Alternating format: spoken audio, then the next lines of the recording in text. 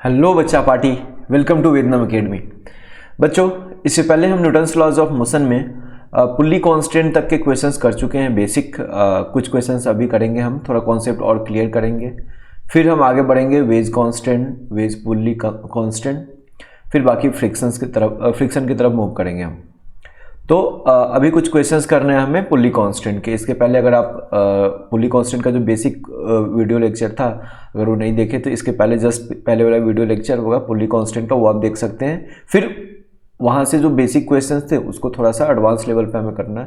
Advance it means कि थोड़ा सा ज़्यादा डीप अंडरस्टैंडिंग, कुछ शॉर्ट फॉर्मूलाज बताए जाते हैं इसे सॉल्व करने के लिए। तो वो कहाँ से आते हैं वो सभी मैं ज़्यादा फार्मूला यूज़ नहीं करता। बेहतर है कि चीज़ों को समझ ले। फार्मूला यूज़ तो अच्छी बात है, नहीं मतलब मैं ये नहीं बोल रहा कि फार्मूला यूज़ नहीं करना चाहिए, फार्मूला यूज़ करो बट समझ के करो, ज़्यादा बेटर है वो। तो एक क्वेश्चन है, एक पुल्ली है, यहाँ से एक स्ट्रिंग कनेक्टेड है,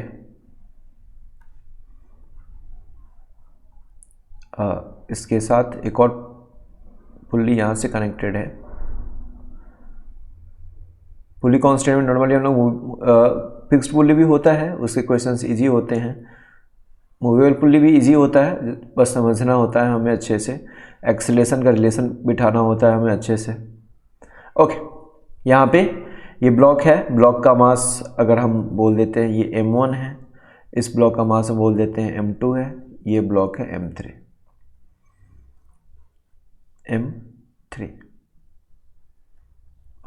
सबसे पहले ये हमें समझना है कि जब भी हम लोग पुल्ली कांस्टेंट के क्वेश्चन करें, पुल्ली कांस्टेंट मतलब मूवेबल पुल्ली, अगर हम ज़्यादा अच्छे से लिखे इसे तो क्या ये मूवेबल पुल्ली। तो मूवेबल पुल्ली के क्वेश्चन हम अगर करें तो उसमें सबसे पहले हमें एक्सेलरेशन का रिलेशन एंड टेंशन का रिलेशन समझना होता है। टेंशन का रिलेशन सीधे सीधे हमें समझ आता है। मैंने बताया था कि अगर एक स्ट्रिंग है तो एक स्ट्रिंग है तो एक ही टेंशन होगा, यहाँ से यहाँ तक एक ही स्ट्रिंग है, एक स्ट्रिंग एक टेंशन। ये डिफरेंट स्ट्रिंग है क्योंकि ये ब्लॉक और ये ब्लॉक एक ही स्ट्रिंग से कनेक्टेड है, तो एक ही टेंशन होगा। यहाँ पे अगर मैं मान लेता हूँ यहाँ पे टेंशन T है तो यहाँ पे टेंशन T होगा, यहाँ टेंशन T मतलब यहाँ टेंशन क्या होने वाला है T, यहाँ टेंशन क्या होने वाला है T, और यहाँ पे टेंशन क्या होने वाला है T। मतलब कि M1 के साथ जो स्ट्रिंग कनेक्टेड है उसका टेंशन T होगा और M2 के साथ जो स्ट्रिंग कनेक्टेड है उसका टेंशन T होगा। अब बात रही M3 के साथ जो कनेक्टेड स्ट्रिंग है तो उसके लिए हम देख सकते हैं ये पुल्ली है, यहां से ऊपर है T और ऊपर है T।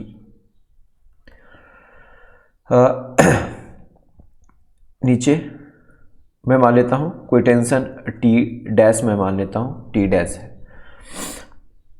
मान लेता हूँ इसका एक्सेलरेशन, अभी ऐसा मास का सिस्टम है कि ये ब्लॉक ऊपर मूव कर रहा है, ये ब्लॉक ऊपर मूव कर रहा है और ये M3 जो है हमारा नीचे मूव कर रहा है। ठीक है, पहले ही कुछ नहीं बोला गया है, मतलब पुल्ली क्या है हमारा मासलेस है, ये फ्रिक्शनलेस है, पुल्ली हमारा फ्रिक्शनलेस है, मासलेस है, स्ट्रिंग भी क्या है मासलेस है, पुल्ली का कोई मास नहीं है। ओके, तो यहाँ से अगर हम न्यूटन सेकेंड लॉ लगाए, net force equals to mass into acceleration लगाए हम, तो क्या हो जाएगा, क्योंकि ये नीचे एक्सेलरेट, नीचे जो भी इसका एक्सेलरेशन होगा अगर ये मानते हैं हम, तो क्या हो जाएगा कि नीचे की तरफ नीचे आ रहा है, मतलब नीचे वाला फोर्स बड़ा होगा तो T डैश, ऊपर वाला फोर्स क्या हो जाएगा -2T इक्वल्स टू मास। मास तो इसका 0 है क्योंकि मासलेस है ये, इनटू एक्सेलरेशन A। तो यहाँ से क्या हो जाता है T dash equals to 2T। क्या है T dash equals to 2T, मतलब सिंपल सा ऊपर T तो ये क्या हो जाएगा 2T। ये नीचे यहाँ पे टेंशन क्या हो जाएगा 2T, ऊपर T। तो यहाँ पे टेंशन क्या है 2T। अब ये सेम स्ट्रिंग है तो यहाँ भी टेंशन भी क्या हो जाएगा 2T। Same string same tension, यहाँ पे 2T टेंशन हो गया, यहाँ पे T और यहाँ पे T, तो T टेंशन 2T टेंशन की कहानी यहाँ पे है। ओके, अब हमें बिठाना है एक्सेलरेशन का रिलेशन। एक्सेलरेशन कैसे है, तो उसके लिए हम लोग लेंथ के बारे में जो मैं बताया था लास्ट वीडियो लेक्चर में कि length of this string does not change, the total length of string will not change. जो मैंने बताया था, लिखा भी था मैंने कि total length of string will not change, total length of string will not change,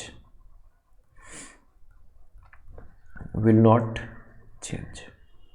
okay, तो यहां पे मान लेता मैं कि ये ब्लॉक ऊपर कुछ x1 डिस्टेंस गया है, x1, ये गया x2, m2 है तो इसका डिस्टेंस मैं मान लेता हूं, ऊपर ये गया कुछ x2 डिस्टेंस। ओके सॉरी, ये सेकेंड वाला ब्लॉक गया है x2 डिस्टेंस, और यहां पे ये क्या हो जाएगा, ये x1 गया तो नीचे ये क्या हो जाएगा ये, और ये हमारा जो पुल्ली है मान लेता मैं पहले इधर था कहीं, पुल्ली हमारा इधर था कहीं, ये नीचे आएगा क्योंकि ऑब्वियसली यहाँ पे लेंथ ऑलरेडी नीचे लाएंगे तो पूरा ड्रॉ करना पड़ेगा इसे। बेहतर है यहाँ पे हम समझ लेते हैं, ये पुल्ली पहले यहाँ था, यहाँ से यहाँ, ये पुल्ली हमारा गया x3 डिस्टेंस नीचे, ठीक है। ऑब्वियसली ये ऊपर जाएगा, ये ऊपर जाएगा तो पुल्ली हमारा जाएगा नीचे। अब जैसे पुल्ली हमारा जा रहा है नीचे तो x3 यहाँ से जाने के लिए क्या करना पड़ेगा, इसे x3 यहाँ भी लेना पड़ेगा, इसे x3 यहाँ भी लेना पड़ेगा। मतलब क्या हो जाएगा कि जब भी पुल्ली मूव करेगा तो एक साथ इसके साथ दोनों तरफ लेंथ है। तो यहाँ पे अगर x3 मतलब कि x3 नीचे आया, इसके साथ ये भी स्ट्रिंग नीचे आया, इसके साथ इधर का भी स्ट्रिंग नीचे आया, मतलब कि टोटल चेंज इन लेंथ यहाँ पे पुल्ली के पास कितना हुआ, इधर का x3 प्लस इधर का x3, नीचे कितना आया 2x3, कितना आया 2x3। फिर से बोल रहा मैं, पुल्ली जब नीचे आया x3 तो पुल्ली के साथ इधर भी लेंथ है और इधर भी लेंथ है, मतलब इधर भी स्ट्रिंग है इधर भी स्ट्रिंग है, पुल्ली दोनों साइड के स्ट्रिंग को अपनी तरफ खींचेगा। तो खुद आया x3 तो इधर भी x3 लाया, इधर भी x3 लाया, टोटल स्ट्रिंग का जो लेंथ आया वो कितना आया 2x3। स्ट्रिंग का लेंथ कितना आया, इधर का x3 इधर का x3 2x3, ऊपर कितना हुआ x, मतलब कि ये 2x3 किस बेसिस पे खींच रहा है, ये किसको, इसके खींचने के कारण ये ऊपर जा रहा है और ये भी ऊपर जा रहा है। तो क्या हो जाएगा 2x3 equals to x1 plus x2, क्या हो जाएगा 2x3 equals to x1 plus x2। ये 2x3 जो खींचा ये इधर का लेंथ प्लस इधर का length equals to x1 plus x2। Okay, अब क्या है, अब मुझे लेंथ का रिलेशन पता चल गया है तो अब मैं क्या कर सकता हूं, इसको डिफरेंशिएट कर सकता हूं। डिफरेंशिएट करूंगा तो क्या मिलेगा मुझे, वेलोसिटी। तो क्या हो जाएगा 2 और dx अपॉन dt किसके रिस्पेक्ट में, क्योंकि मुझे वेलोसिटी और एक्सेलरेशन चाहिए तो मैं टाइम के रिस्पेक्ट में इसे डिफरेंशिएट करूंगा। जैसे मैं टाइम के रिस्पेक्ट में डिफरेंशिएट करने गया, dx3 अपॉन dt कितना हो जाएगा v3। ये तो समझ में आ चुका है क्योंकि पहले बहुत सारे क्वेश्चन इस पर कर चुके हैं हम। x1 क्या हो जाएगा v1, x2 क्या हो जाएगा v2। ओके, तो ये डिस्प्लेसमेंट का रिलेशन हो गया,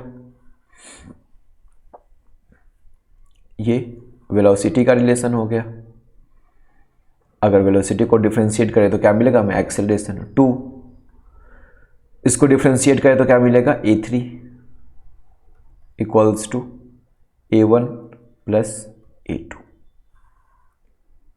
तो यहाँ से ये फॉर्मूला सब लोग बोलते हैं रट लो इसे, क्या होता है a1 प्लस a2 अपॉन 2। बेहतर है समझ लो इसे, याद तो रहेगा ही हमेशा के लिए। अगर ये चीज़ें हम समझ रहे हैं तो ये समझना, ये याद रखने की बहुत ज़रूरी नहीं है। मुझे लगता है अगर ये हम समझ रहे हैं कि कैसे ये इसके x3 मतलब इधर x3 पुल्ली x3 मूव कर रहा है, लेकिन आपने अपने साथ दोनों साइड जो स्ट्रिंग है x3 लेके आ रहा है, तो 2x3 यहाँ पे, इसका x1 x2 अगर ये समझ ले तो ये चीज़ आसान है हमारे लिए।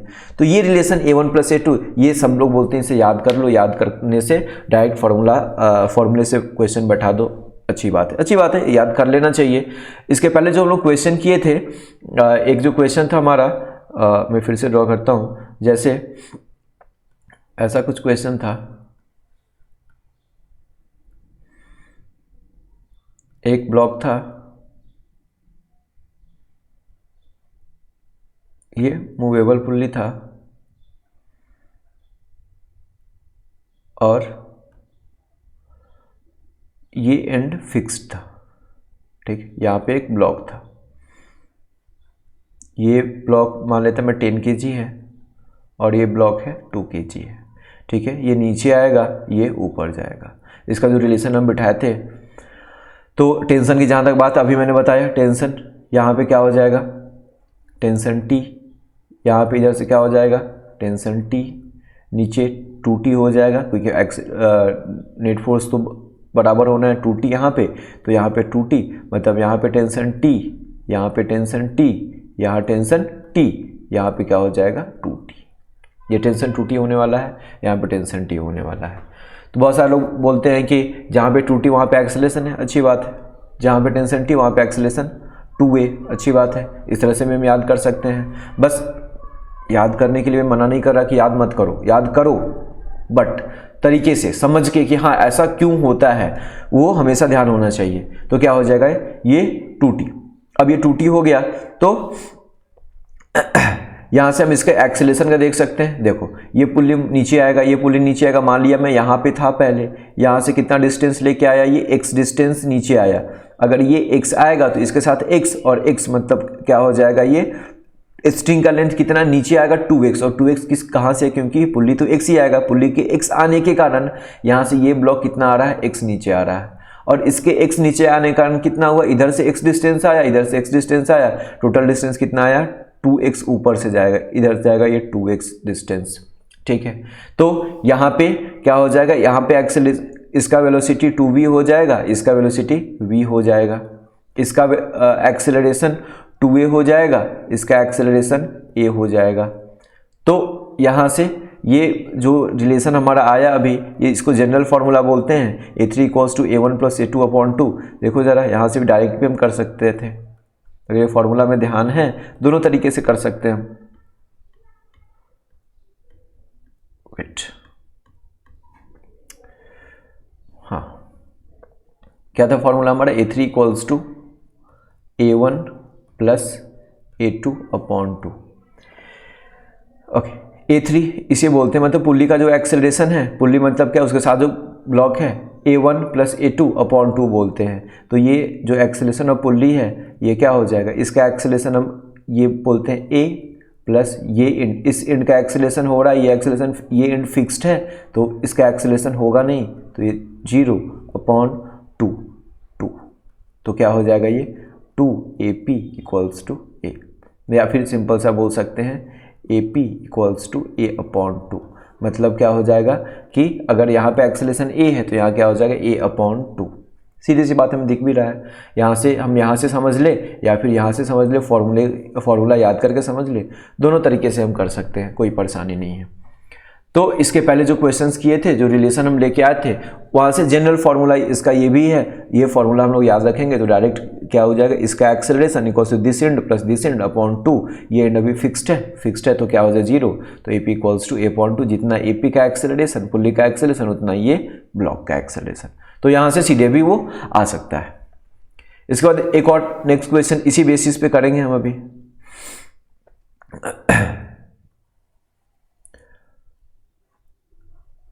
ये एक पुल्ली है, उसके साथ एक ब्लॉक कनेक्टेड है।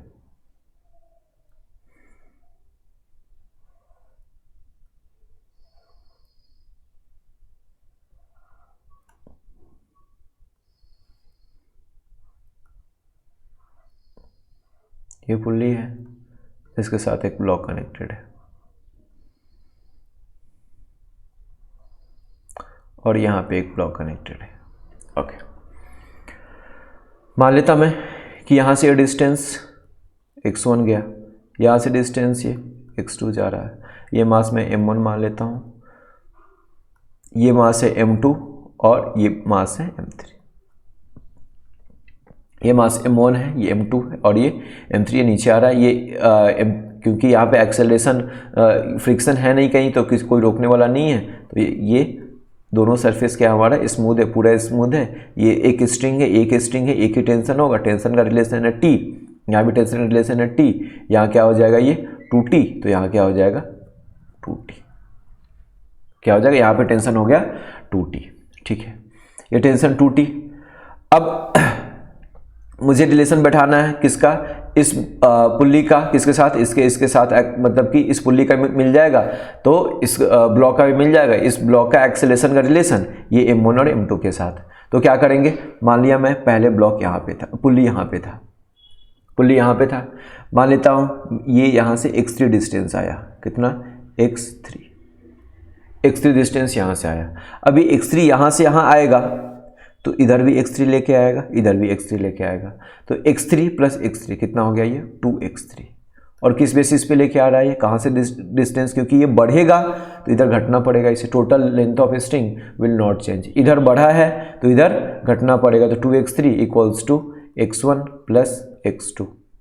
फिर से हम इसको डिफ्रेंशिएट करेंगे, क्या हो जाएगा 2v3 equals to v1, time के साथ टाइम के रिस्पेक्ट में डिफ्रेंशिएट कर रहे हैं, 2v3 equals to v1 plus v2। फिर से एक बार और एक्सेलेरेट किए, क्या हो जाएगा 2a3 equals to a1 plus a2। फिर से वही फॉर्मूला, मतलब कि मैं ये दिखाना चाहता था कि क्वेश्चन बदल जाए उससे कोई फर्क नहीं पड़ता है, फॉर्मूला वही आ रहा है, मतलब तरीका वही आ रहा है। तो इसे रटने की ज़रूरत नहीं है, अगर हम चीज़ें समझ लें तो बहुत आसान है हमारे लिए। a3 equals to a1 plus a2, इसी का एक क्वेश्चन जो मैंने कराया था इसके पहले कि ब्लॉक है, यहाँ पे कुछ मास था उसका,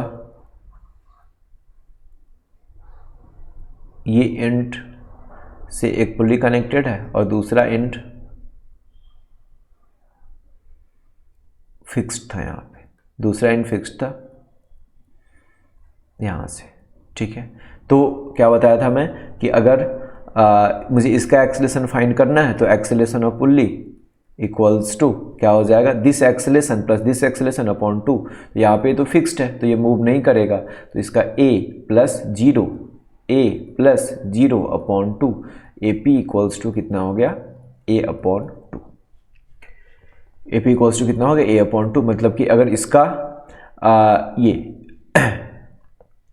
इसका एक्सेलेरेशन यहाँ पे टेंशन 2t है तो इसका एक्सेलेरेशन a अपॉन 2 होगा, यहाँ पे t है, यहाँ पे एक्सेलेरेशन a हो जाएगा। फिर जो हाँ ओके 2t a अपॉन 2, हाँ। तो इसके अकॉर्डिंग फिर से क्या हो जाएगा कि हम लोग इसका ये ABD ड्रॉ करेंगे, एक्सेलेरेशन टेंशन रिलेशन मिल गया, क्वेश्चन सॉल्व कर सकते हैं। तो बस मैं अभी यही बताना चाहता था कि ये जो फार्मूलाज है वो रटने की ज़रूरत नहीं है, ये फार्मूलाज हम आसानी से समझ सकते हैं, कैसे आया वो हमें पता चलना चाहिए, पता चल जाएगा, फिर हम लोग क्वेश्चंस करेंगे। तो इसमें बहुत सारे क्वेश्चंस मिलेंगे। इंपॉर्टेंट क्या है, total length of string will not change, वो स्ट्रिंग का लेंथ चेंज नहीं होगा, तो फिर हम लोग वहाँ से इसका एक्सेलरेशन और टेंशन का रिलेशन तो सीधे निकल जाता है, एक्सेलरेशन रिलेशन निकाल कर क्वेश्चन सॉल्व कर देंगे, ठीक है।